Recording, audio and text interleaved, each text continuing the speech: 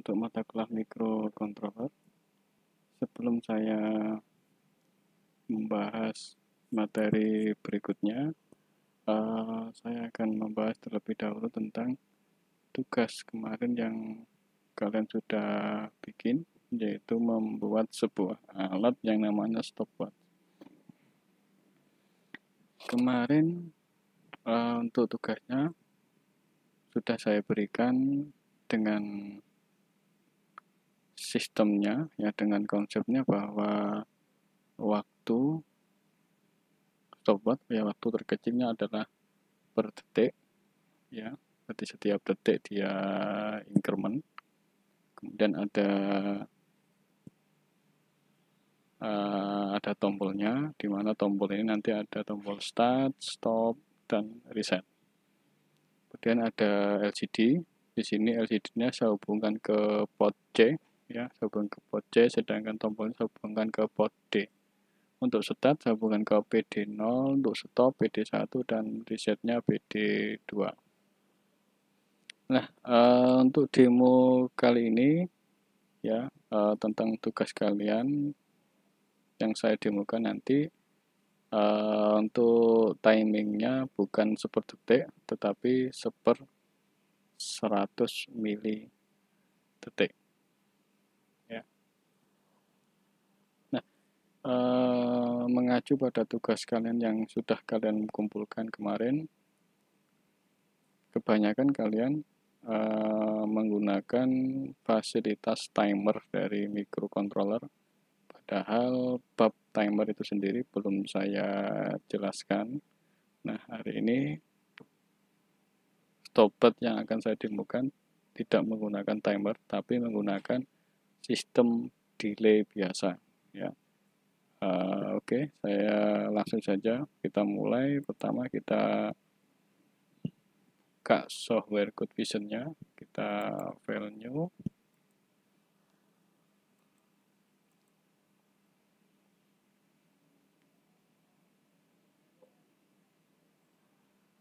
Nah, udah, chipnya Atmega 16, clocknya 8 mega. Kemudian kita aktifkan LCD-nya, ya, kita pakai 16 karakter. Dan LCD terhubung ke port C, kita setting port C-nya.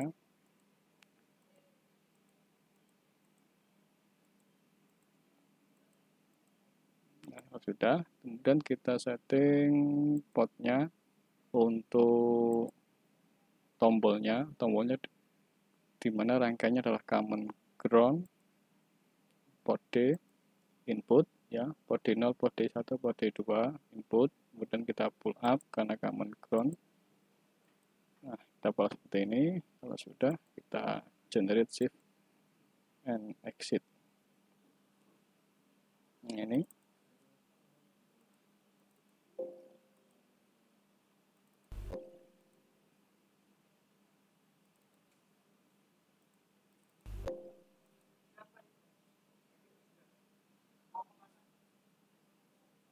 Nah, sudah seperti ini, ya. Pertama, karena kita stopwatch menggunakan delay, kita masukkan fungsi delay.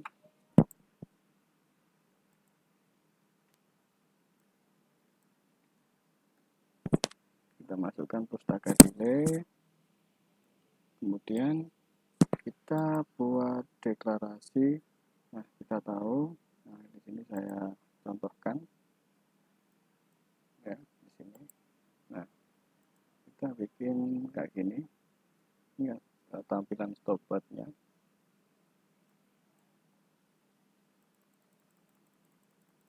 Ya.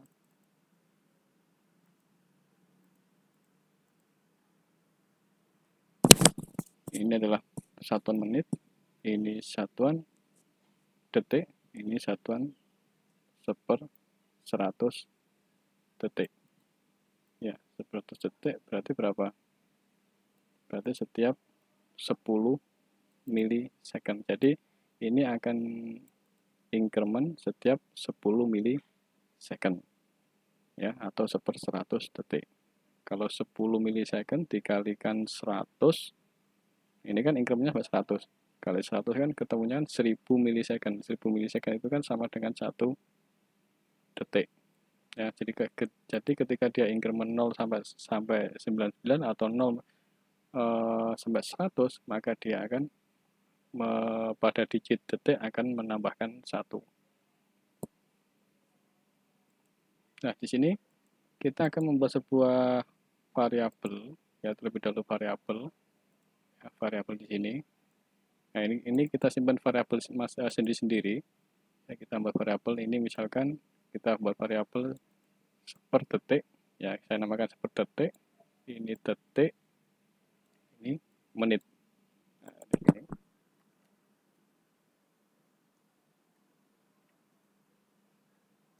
Ya, per detik. Nilai awalnya kita kasih 0, kemudian detik, nilai awal juga 0, kemudian menit, nilai awal juga kita kasih 0. Ya. Kemudian kita membuat sebuah fungsi untuk LCD yang sudah saya kasih di pertemuan berikutnya, di pertemuan sebelumnya. Kita buat LCD, ya, karakter LCD buffer seperti ini, ya, buffer 33, dan kita tambahkan input STDIO. Ini tidak lain adalah untuk menampilkan LCD-nya.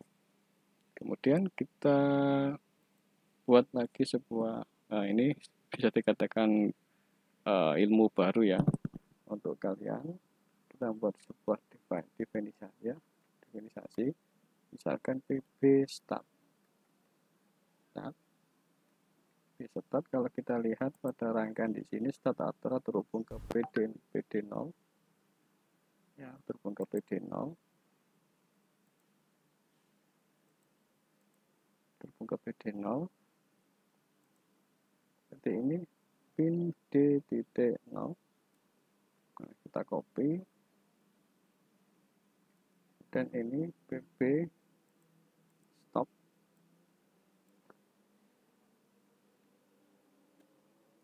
stop, pin D1, dan pb push button reset, pin D2.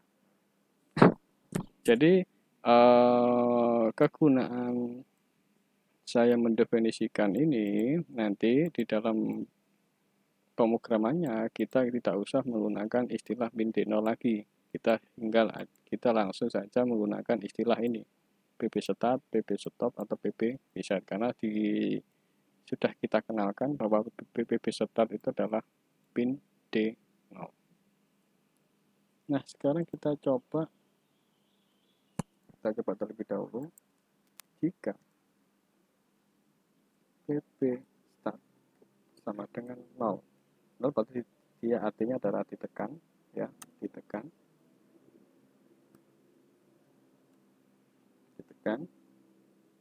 maka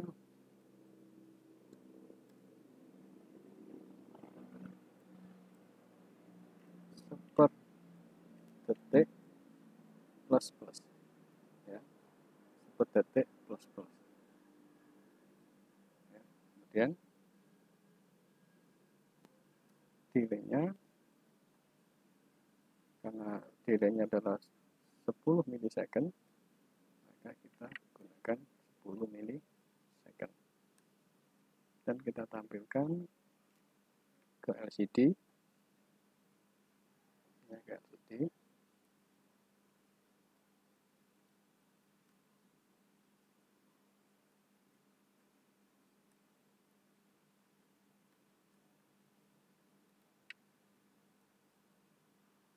Nah, ini LCD kita lakukan persen 2D, ya, koma per detik, ya. LCD push, LCD buffer,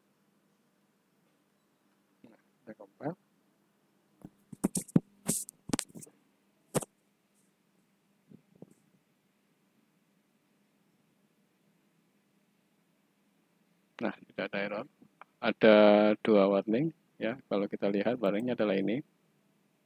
Nah, ini ya, global variable detik was declared ya, but not relevant. Artinya variable detik dan menit ini sudah kita deklarasikan, tetapi di dalam programnya tidak kita gunakan. Jadi ini warning seperti ini tidak masalah. Nah, kalau sudah kita load programnya.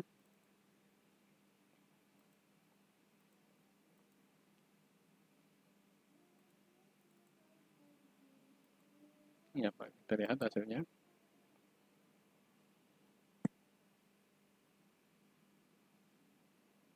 Nah, kita tekan. Nah, dia akan muncul. Nah, seperti ini. Ya. Nah, kemudian kita tinggal membatasi ya. Kita tinggal membatasi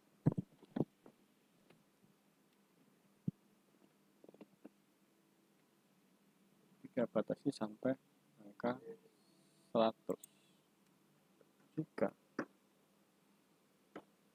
per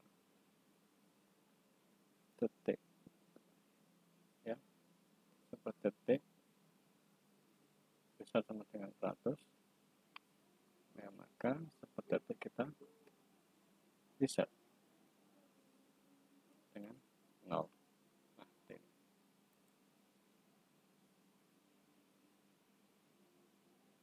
Kita coba.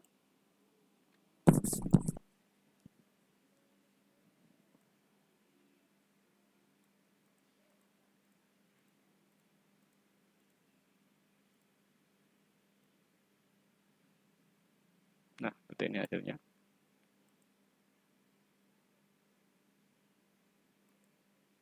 Ya.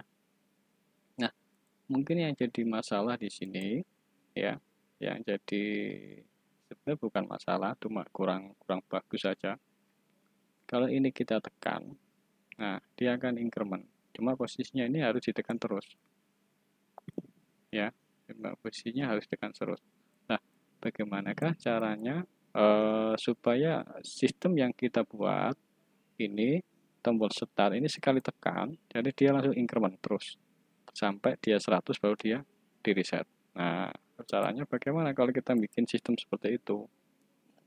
Nah, kita di sini kita bikin variabel bantuan, misalkan di sini mulai, ya, saya kasih ini awal saya kasih 0, nah, mulai. Nah, kemudian di sini, nah, jika tombol ditekan, nah, start ditekan di sini, maka mulai sama dengan 1, ya, maka variabel mulainya sama dengan 1. Kemudian ini saya rubah. Nah, ini baru jika mulai sama dengan 1. Nah, jika mulai sama dengan 1, maka dia akan increment terus. Ya, super data ini akan increment terus. Jadi dia akan menambah terus sampai mencapai 100. Ya.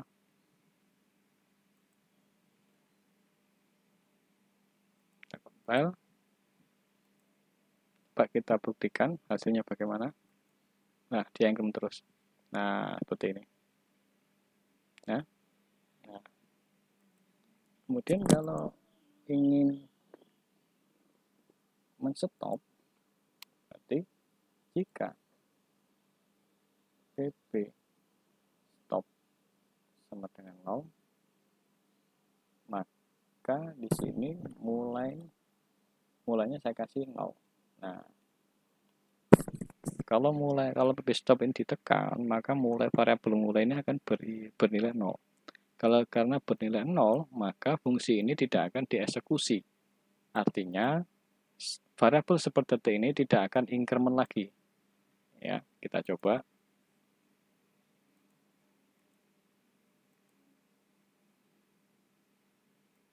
Dia increment, stop. Nah, dia stop. Start lagi, ada increment, stop lagi. Ya, jadi sistemnya seperti itu. Kemudian untuk reset kita juga bisa tambahkan jika PB reset ya. Namanya PB reset benar ya, kita lihat ya, PB RST PB reset sama dengan 0 ditekan, maka kan nilainya kan harus dinolkan, maka seperdetik ini nilainya harus 0. Nah, nilainya harus seperti ini. Nah, kalau sudah, coba kita stop, reset. Nah, dia kenapa nggak mau? Kenapa dia nggak mau menampilkan 0? Sebenarnya dia variabelnya sudah 0. Kenapa? Nah, karena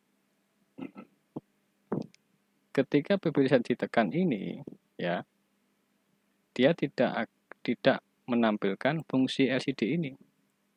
Karena fungsi LCD ini, ya, fungsi untuk menampilkan variabel seperdetik ini di dalam LCD, dia posisinya berada di dalam kondisi jika mulai sama dengan 1. Ya. Nah, kita coba lagi. Berbeda kalau kita nyobanya seperti ini. Start, kemudian kita reset. Nah, dia akan 0. Nah, dia 0. Tapi ketika kita tekan tombol stop dulu, nah, dia nggak akan 0. Ya, karena ketika kita menekan tombol stop, maka mulai ini sama dengan 0, sehingga ini tidak akan dieksekusi. Nah, caranya itu coba kita untuk display LCD-nya kita taruh di luar. Nah, kita taruh di luar sini, di luar pengkondisian if ini. Nah, seperti ini.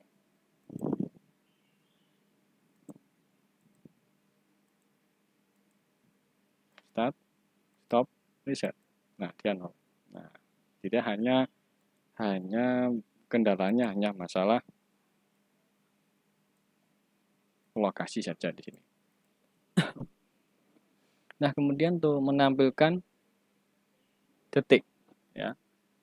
Kan jika ini 100, maka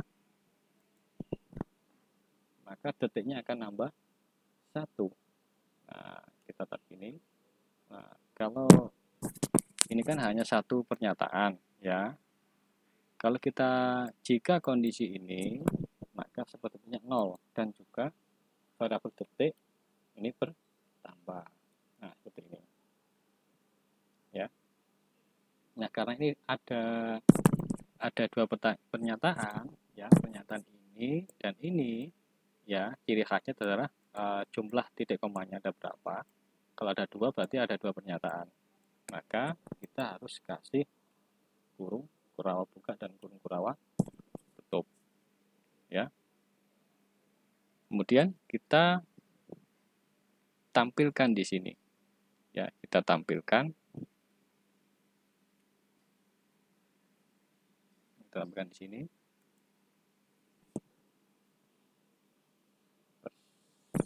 Persen 2D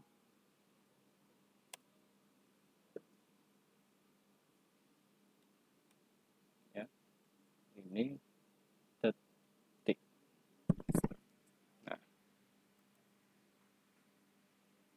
kita compile. Nah, ini. Jadi ini ditampilkan di sini, ini 2D yang disebut detik di sini. Coba kita compile hasilnya bagaimana. Nah, muncul start. Nah, dia nambah. Ya, seperti ini. Kalau kita stop, nah dia berhenti.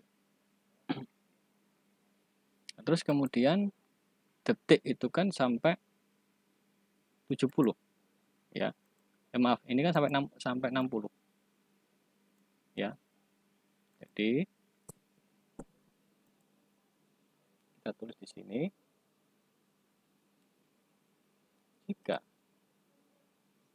detik ya lebih besar sama dengan 60, maka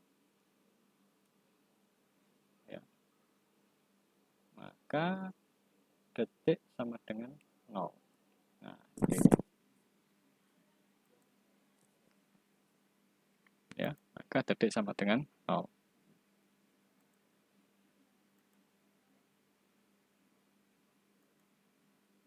Nah, seperti ini. Ya.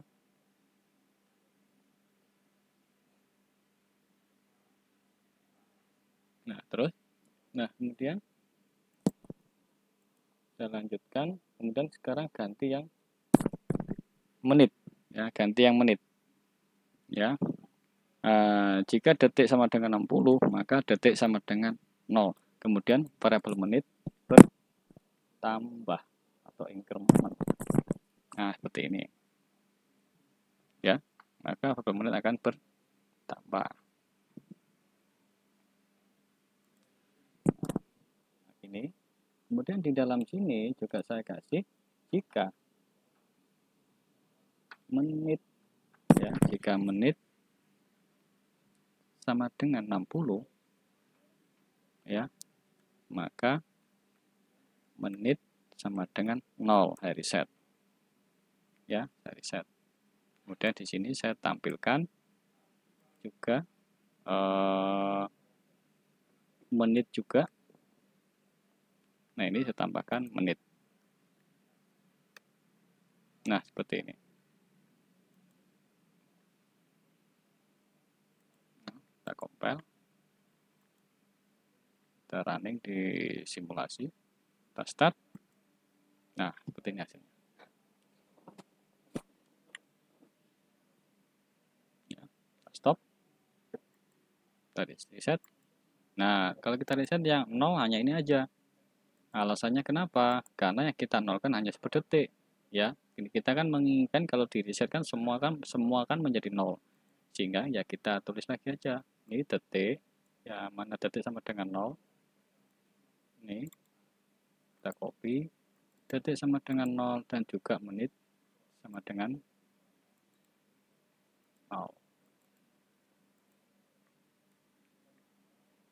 Kita compile. Kita running. Start. Ya, kita reset. Nah, dia 0. Nah, seperti ini. Stop. 0. Nah, oke ya. Jadi seperti ini programnya untuk membuat stopwatch dengan menggunakan delay, ya, sederhana dan mudah, ya. Baik, untuk materi berikutnya saya akan menjelaskan tentang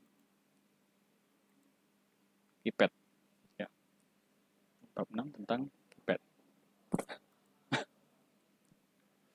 Keypad itu merupakan sekumpulan push button yang disusun, ya, atau dirangkai secara matrik. Keypad itu terdiri dari kolom dan baris karena susunannya adalah secara matrik, maka di dalamnya ada susunan kolom dan baris. Nah, secara bentuk fisiknya keypadnya sering kita jumpai ada seperti ini. Nah, kayak keypadnya telepon, ya, kayak keypadnya seperti di Pertamina SPBU, nah seperti ini. Nah, itu semua sebetulnya keypad. Nah, untuk rangkaiannya karena tersusun secara matrik seperti ini. Nah, ini ada kolom, ada baris. Nah, kalau pada contoh di sini saya contohkan ada 3 kolom dan juga ada 4 baris. Baris pertama terhubung ke kolom 1 melalui tombol. Nah, seperti ini. Jika ini saya tekan, maka kolom 1 dan row 1, baris ke-1 akan terhubung. Ya. Begitu juga yang tombol yang kelima. Jika tombol kelima ini saya tekan, maka kolom kedua dan baris kedua akan terhubung. Dan seterusnya seperti itu. Jadi sistemnya seperti itu. Ya. Nah, ini gambar, ini bentuk fisik ya keypad 3x4. Kolomnya 3, yang 4 baris. Ya, jangan kebalik, jangan 4 kali 3. Ya, tadi 3 kali 4, 3 kolom, 4 baris. Nah, di dalam pin-pinnya ini sendiri itu pasti juga sama seperti ini. Kolomnya mana, barisnya mana, kolom 1-nya mana, kolom 2-nya mana, kolom 3-nya mana. Ya, karena ini 3 berarti ada 3 kolom dan ada 4 baris, berarti 4 baris. Nah, di sini. Ini kolom 1, kolom 2, kolom 3 dan ya, ini baris 1, baris kedua, baris 3, dan baris 4. Nah, caranya mengetahui pin-pinnya itu bagaimana? Kita bisa melihat manualnya ya di internet atau di Google banyak, atau juga kita bisa melakukan pengetesan dengan menggunakan alat bantu avometer ya, menggunakan alat multitester. Dengan selektornya itu kita hubungkan ke resistansi atau ohm ya, kemudian ya kita harus pilih, kita harus menebak ya probe-nya dari multitester itu kita hubungkan satu persatu ya. Kalau misalkan kalau kita hubungkan ke pin ini dan pin ini, kalau kemudian ini, kemudian tombol ini, keypad ini kita tekan, kemudian jarum atau ya atau angka dari multitester itu berubah, berarti ya betul, berarti ini terhubung dengan ini. Jadi caranya seperti itu. Memang butuh ketelatenan dan butuh kesabaran kalau kita melakukan pengetesan untuk mengetahui pin-pinnya menggunakan multitester. Kemudian untuk interface-nya keypad dengan microcontroller itu dengan cara baris kolomnya itu kita hubungkan ke port mikro. Nah, di sini saya tunjukkan ini kolom 1, kolom 2, kolom 3. Ini kolom 1 saya hubungkan ke PD2, kolom 2 saya hubungkan ke PD1, dan kolom 3 saya hubungkan PD0 ya. Kemudian ini baris 1 saya hubungkan ke PD6, baris 2 ini saya hubungkan ke PD5 dan seterusnya. Jadi pada intinya semua pin-pinnya ini kita hubungkan ke port mikro. Nah, kemudian kita tampilkan ke LCD. Nah, ini LCD ini sebenarnya fungsinya adalah untuk membaca ya tombol dari keypad yang kita tekan ya, untuk membaca datanya. Nah, algoritma untuk membaca input dari keypad yang pertama adalah kita melakukan proses scan pada setiap kolom. Nah, ini setiap kolom. Nah, di sini kan terhubung ke PD0, PD1, PD2, PD dan ini PD3, PD4, PD5 ya. Ini menyesuaikan hardware ini ya. Menyesuaikan hardware ini. Pertama, melakukan proses scan pada setiap kolom. Misal, memberi logic 0 pada kolom 3. Nah, jadi kolom 3 ini kita beri logic 0. Berarti posisinya port D0 ini sebagai output. Dia mengeluarkan logic 0. Nah, dia mengeluarkan logic 0 ke sini. 0. Dan kolom yang lain diberi logic 1. Sedangkan yang kolom 1 dan 2 ini kita kasih logic 1. Ya, kita di sini mengasumsikan ya memberikan nilai 0, berarti ya istilahnya berarti kita fokus pada kolom 3.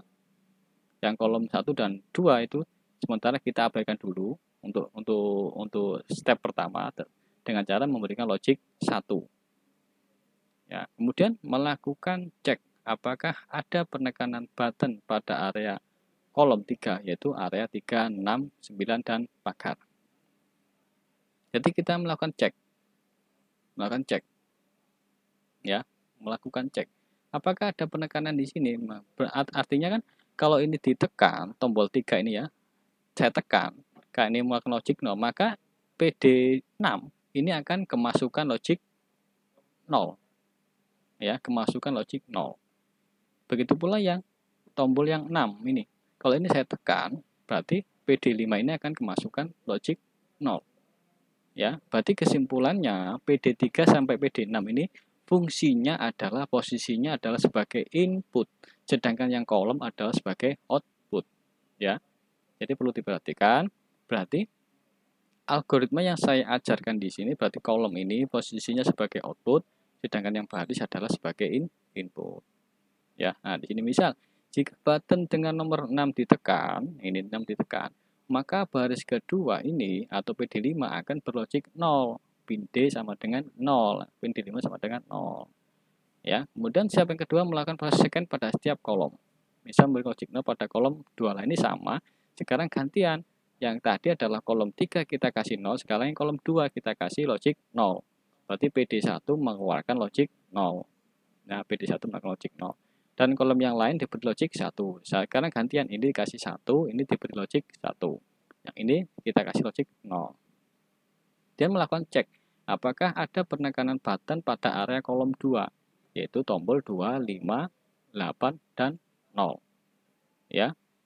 Misal jika button dengan nomor 2 ditekan, maka baris ke-1 atau PD6 ini berlogik 0. Kemudian proses terakhir, ya, step yang ketiga, yaitu memberi logik 0 pada kolom 1. Nah, ini PD2, port D2 mengeluarkan logik 0. Yang lain, yang kolom 2 dan kolom 3, ini diberi logik 1, atau PD0 dan PD1 mengeluarkan logik 1. Kemudian kita melakukan cek apakah ada penekanan button pada area kolom 1. Ya, area kolom 1 adalah buttonnya adalah 1, 4, 7, dan bintang. Misal, jika button dengan nomor 7 ini ditekan, maka baris ketiga akan berlogik 0, atau tidak lain adalah pin D4 sama dengan 0. Jadi caranya seperti itu, algoritma untuk membaca input dari keypad. Nah, untuk void baca keypad itu sendiri, ya, void baca keypad sendiri, nah seperti ini, ya. Nah, pertama adalah port D kita kasih gini. Nah, ini void baca keypad ya. Port D sama dengan 0B1111 ya, 0. Berarti ini artinya adalah port D titik 0 sama dengan 0. Artinya kolom 3. Kolom 3 kan ini kan. Nah, kolom 3 kan ini. Nah, ini kan port D0. Ya. Port D0 itu kita kasih 0, yang lain 1. Ya, yang lain 1. Nah, kemudian kita cek ya. Jika pin D, ya ini, ya, pin D3 sama dengan 0, artinya tombol dengan simbol pagar ditekan. Nah, ini kan pin D0, pin D1, pin D2, pin D3. Kita lihat pin D3, pin D3 yang mana? D3 ini. Nah, ini yang crash pagar, ya, yang pagar. Apakah ini ditekan? Nah, kalau iya, kalau ini 0, berarti kan ditekan. Jika pin D-nya berlogik seperti ini, berarti ini posisinya ditekan, maka dia akan menampilkan LCD tulisan yaitu pagar. Ya, ini hanya menampilkan tulisan pagar. Kemudian, dan jika pin D-nya berlogik seperti ini, berarti ini bergeser. Ya, ini yang pin D4 sama dengan 0.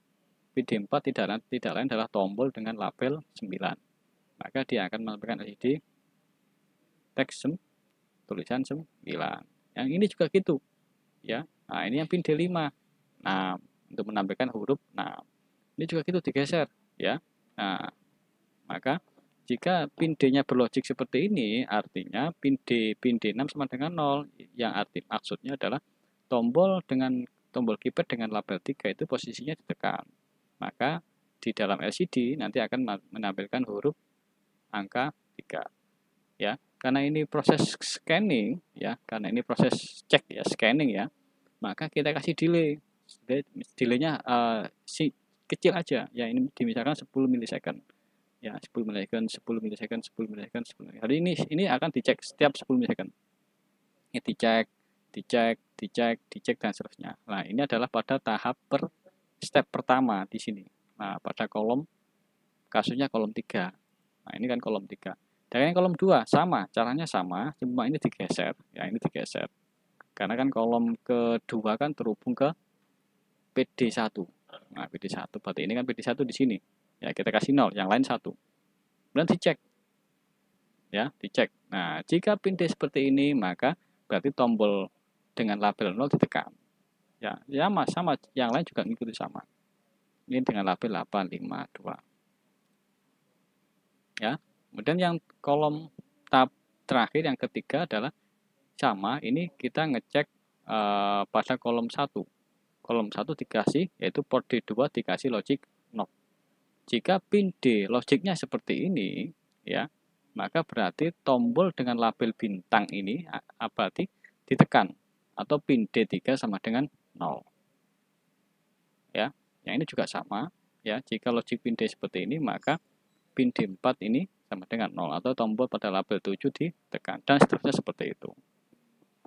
Ya, kemudian untuk bagian program keseluruhan adalah kita include IC-nya, include delay-nya, include LCD-nya, kemudian void baca keypad. Baca keypad ini dari sini, nah dari awal di sini, dari mulai pertama, kemudian ini kalian gabung kedua, baris berikutnya, dan ini baris berikutnya ya di sini. Ya, isinya ini. Dan ini adalah settingan untuk register port-nya. Ya, untuk setting register portnya. Nah, kita lihat bahwa yang tadi sebelum sudah saya jelaskan bahwa kolom di sini posisinya adalah sebagai output, sedangkan yang baris adalah sebagai input. Maka di sini PD0, PD1 dan PD2 sebagai output, maka DDRD-nya kita kasih nilai 1. Nah, ini adalah DDRD 0, DDRD1, DDRD2, 1. Nah, posisinya output, sedangkan yang baris ini kita kasih 0 karena posisinya sebagai input. Sedangkan untuk port D-nya, ya, port D-nya karena ini input, maka saya pull up. Pokoknya saya aktifkan, ya. Nah, kemudian di dalam program utamanya while kurung buka 1 di sini, maka saya akan memanggil fungsi dari program baca keypad. Baca keypad tidak lain adalah ini. Sedangkan ini nanti isinya adalah ya ini, ya.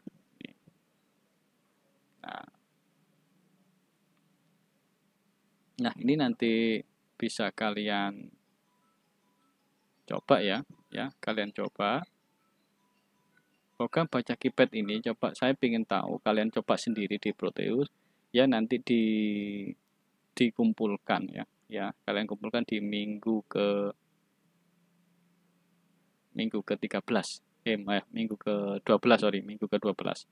Jadi kalian kumpulkan di minggu ke-12.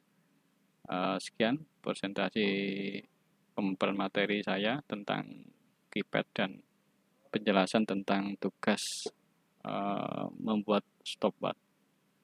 Saya akhiri untuk kuliah hari ini, ya. Wassalamualaikum warahmatullahi wabarakatuh.